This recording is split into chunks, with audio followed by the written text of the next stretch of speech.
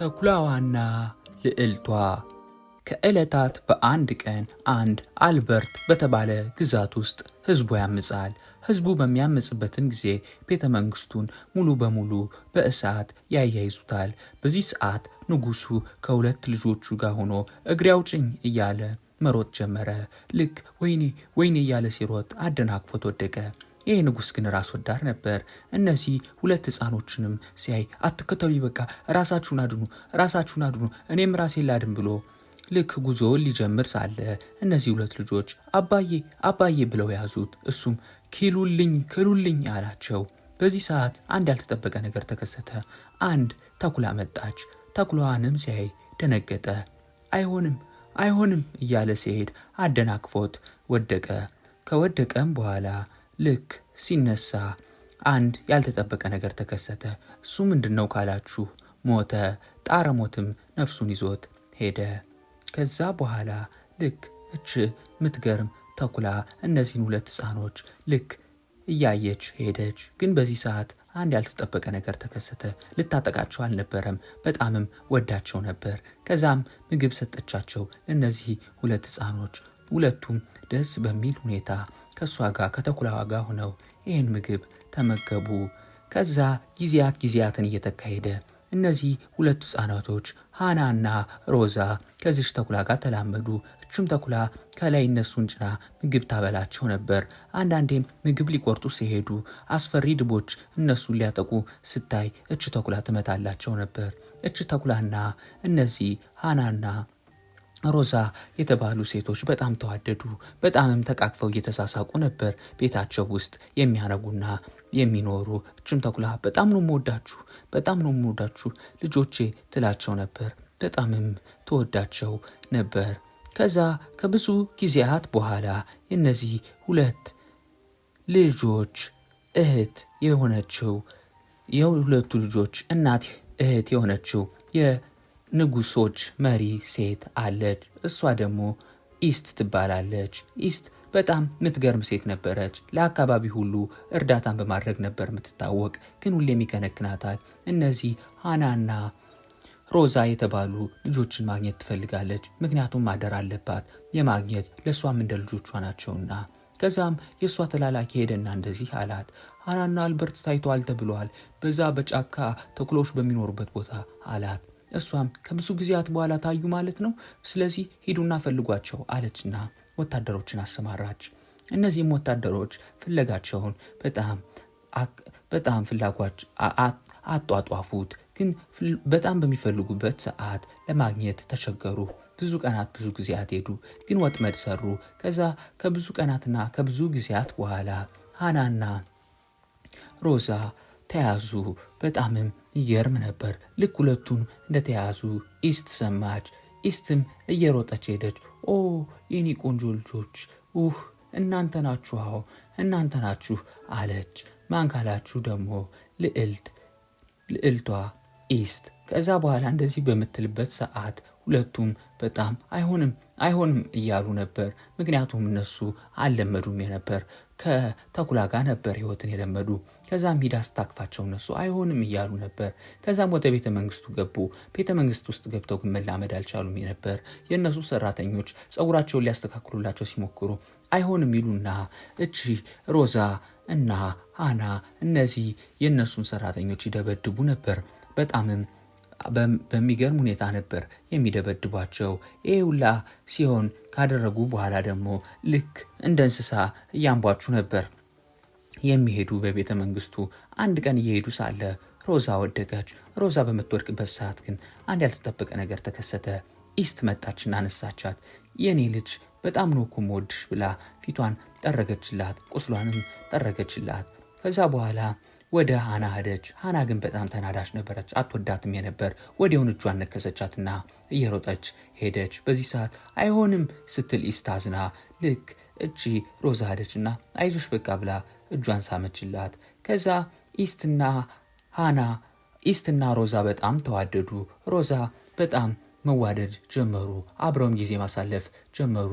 ቸኮሌቶችንም ታበላት ነበር ለሮዛ። እንደገና እነዚህ ቢራቢሮዎች ጋር ታጫውታት ነበር። በጣምም እየተዋደዱ መጡ።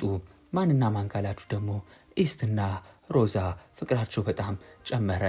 ግን ይሄን ሁላ የምታደርገው ኢስት ለምንድነው ካላችሁ እሷ ጋር እንዲኖሩ ነበር። የቤተሰብ አደራ ስላለባት ልጆቿ እንዲሆኑ ፈልጋ ነበር ይሄን ሁላ የምታረግ።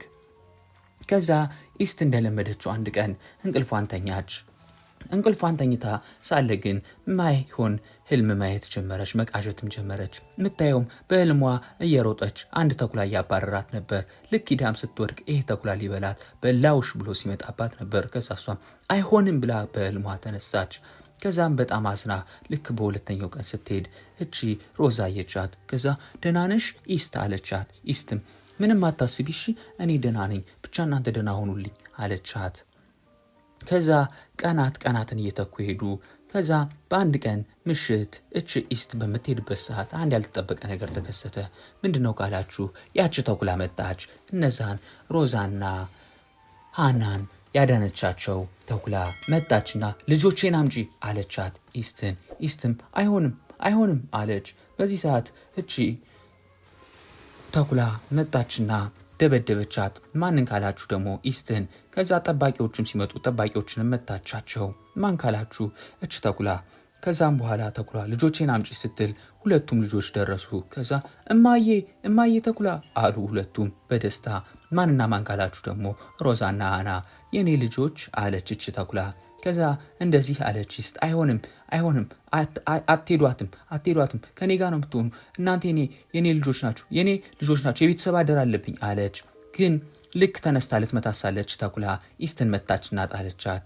ከዛ በኋላ ኢስትም ከወደቀች በኋላ ሄደችና እቺ ሮዛ ሄደችናችን ተኩላ አቀፈቻት። ከዛ ሁለቱም ሮዛም ሃናም ቻው ከዚህ በኋላ አንመጣም፣ በቃ እኛ ተኩላዋን ነው የምንወዳት ቻው ብለው ኢስትን ትተዋት መብረር ጀመሩ።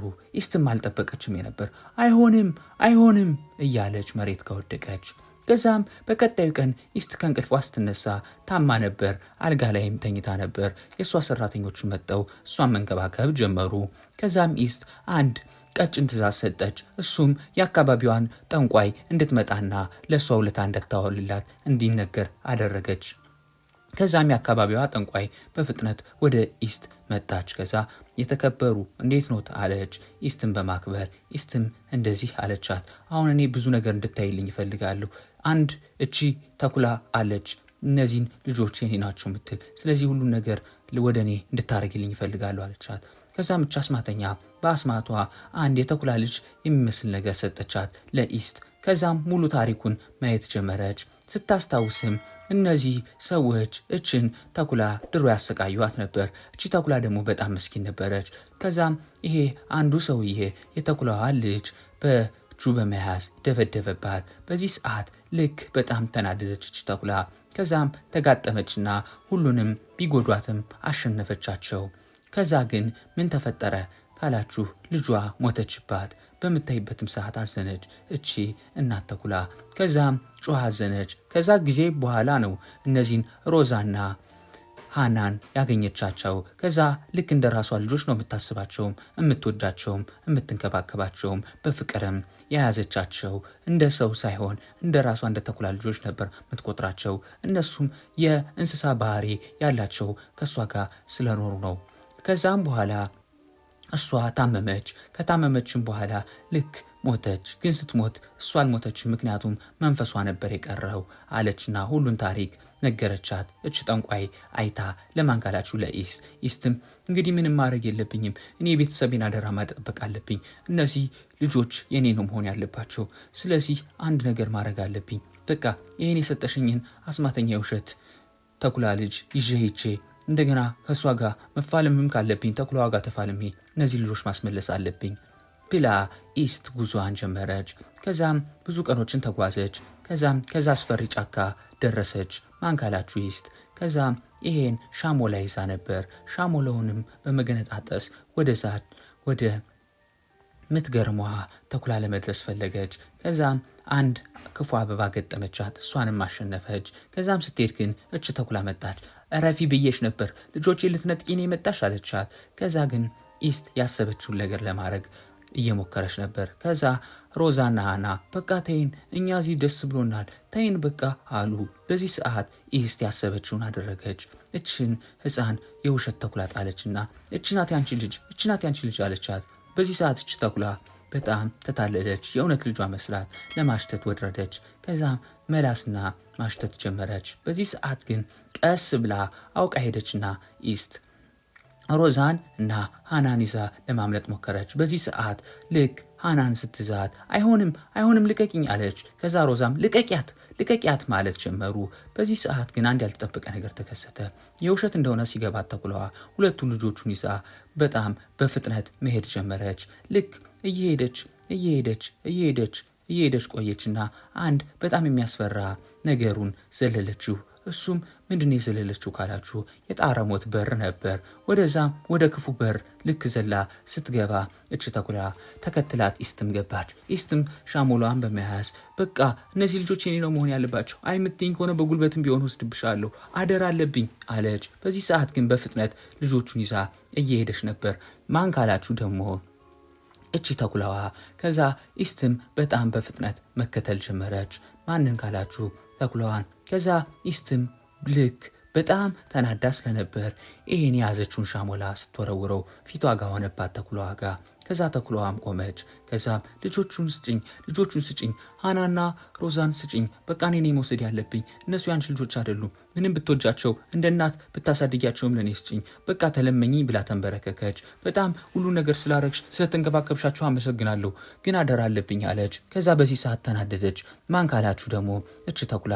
ከዛ አይሆንም እንደውም እበላሻለሁ ብላ ለያጋ ወጣ። ልትበላት ሳለ ሄደችና ሮዛ ተይ ተኩላ እናቴ ማለት ጀመሩ። በዚህ ሰዓት አንድ ያልተጠበቀ ነገር ተከሰተ። ምንድነው ካላችሁ የዛ ጣረ ሞት ውስጥ የሚኖር አንድ አስፈሪ አውሬ መጣ። ዛሬ ደስ ይላል። ሰው እኮ እዚህ ውስጥ መግባት አይችልም፣ እንዴት ገባችሁ? እበላችኋለሁ ብሎ በፍጥነት ወደ እነሱ መሄድ ጀመረ። በዚህ ሰዓት ኢስት ልክ ይህን ሻሞላ አነሳችና ይህን አስፈሪ አውሬ ለመማታት ስትሞክር አውሬው ኢስትን ጥሎ ወደ ተኩላዋ ሄደ። ከዛም ይህ አውሬ ልክ ልጆቹን ሊበላ ሳለ ተኩላዋ እኔ እያለሁ አትበላቸውም ብላ ተኩላዋና ይህ አውሬ መፋለም ጀመሩ። ከዛም በጣም ፊልሜው ከተደረገ በኋላ ይህን ተኩላ መታው። ማንካላችሁ አውሬው። ተኩላዋም በጣም ተጎድታ ነበር። ወዲያውንም ስትነሳ ኢስት ሻሞላዋን በመጠቀም ይህን አውሬ ተፋለመችው። ከዛ እግሩ ጋር ይሄን ሻሞላ ሰካችበት። ከዛ ወዲያውኑም ተኩላዋ ሄደችና አንገቱን አነቀችው። በዚህ ሰዓት በኖ ጠፋ፣ አሸነፈችው። ግን አንድ ያልተጠበቀ ነገር ሆነ። እቺ ተኩላ በጣም መቷት ስለነበር አውሬ መሬት ከወደቀች ማቃሰትም ጀመረች። ከዛ እነዚህ ሁለት የምትወዳቸው ሮዛና ሃና አቀፏት። አይሆንም እናቴ እንዳትሞችብን፣ እናታችን ተኩላ እንዳትሞችብን እያሉ ማልቀስ ጀመሩ። እንደዚህም አለች በጣም ወዳችኋለሁ። እሺ እኔ ከልቤ ነው ወዳችሁ። ሰው ብትሆኑም እኔ እንደ ተኩላ ልጆቼ ነበር ማያችሁ። በጣም ከልቤ ወዳችኋለሁ። አሁን ግን የኔ መጨረሻ ሰዓት ይመስለኛል። በጣም ወዳችኋለሁ። ቻው አለች። በዚህ ሰዓት ሮዛ ሃናም ማልቀስ ጀመሩ። አይሆንም ትተሽናትጅ ማለት ጀመሩ። በዚህ ሰዓት ኢስትም ምንድነው እየሆነ ያለው? አይዞሽ አለቻት። ግን ከዚህ ዓለም ተመልሳ ላትመጣ ነበር ሄደች፣ ሞተች። ማን ካላችሁ እቺ እናታቸው ተኩላዋ። ኢስትም አዘነች፣ ነፍሷንም እንዲባርከው ጸለየች። ግን ወዲያውን አንድ ያልተጠበቀ ነገር ተከሰተ። ምንድነው ካላችሁ አንድ በጣም የሚገርም ነገር ተፈጠረና ኢስትንና ሮዛን እና ሃናንን ወደ ሌላኛው ዓለም ወደ ነበሩበት ወሰዳቸው። ይህም ዓለም ከዛ ጫካ አስወጣቸው። ልክ ወዲያውን ኢስት ተነቃችና ምንድነው የተፈጠረው ስትል ስታያቸው ሃናንና ሮዛን አገኘቻቸው። ሃናና ሮዛ እያለቀሱ ነበር። ምንድነው ካላችሁ ደግሞ እናታቸው እችን ተኩላ ስለሞተች ነበር ተቃቅፎ የሚያለቅሱ። ከዛ ሚስት እንደዚህ አለች፣ እኔ ቃል ገባላችኋለሁ ከሷ አደራን የተቀበልኩ፣ እሷ ብትሞትም ከዚህ በኋላ እኔ እንደናቱኝ የቤተሰቤንም አደራ የሷንም አደራ አወጣለሁ። ደግሞ እሷ የሞተች ለእናንተ ብላ ነው፣ እቺ ቆንጆ እናታችሁ ተኩላዋ። ስለዚህ እወዳችኋለሁ ልጆቼ፣ እኔ ከጎናችኋለሁ ከዚህ በኋላ አለችና ቃል ገባችላቸው። እነሱም ተደሰቱ። ሰማይ ጋም ሁና እቺ ተኩላ ተመለከተቻቸው። ተረቱም በዚህ መልክ ተጠናቀቀ። ልጆች ቻናሉን ሰብስክራይብ ማድረግ፣ ቪዲዮውን ደግሞ ላይክ ማድረግ እንዳትረሱ። ኤክስኤም ፌሪ ቴል